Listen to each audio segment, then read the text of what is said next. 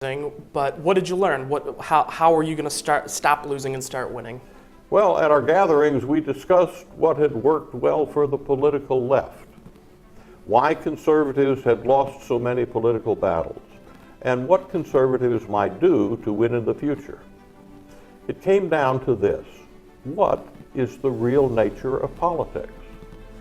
And here was our first great conclusion. Being right, in the sense of being correct, is not sufficient to win. You don't win just because your heart is pure, even if you can prove logically that you are right.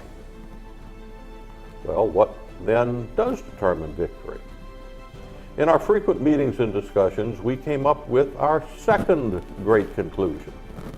The winner in a political contest over time is determined by the number and the effectiveness of the activists and leaders on the respective sides.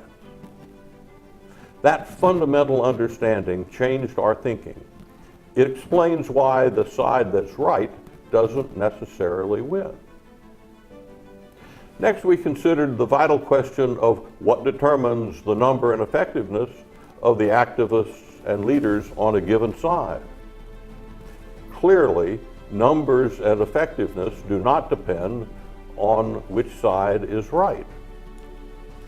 Our third great conclusion was the number and effectiveness of the activists and leaders on a given side in a political contest is determined by the political technology used by that side.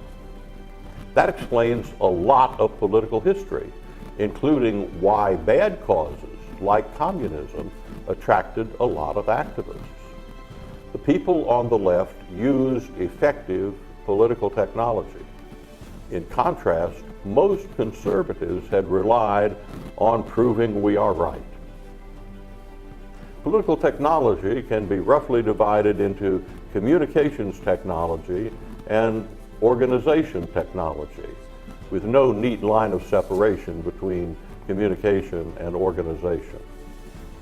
Most political technology is philosophically neutral. Techniques which work for the left can work for conservatives. Techniques which work for Republicans can work for Democrats, and vice versa. In the 1970s, when we made what were for us these discoveries about the real nature of politics, we saw this new understanding as a terrific insight which could lead to victory for conservative principles in the public policy process of government, politics, and the news media.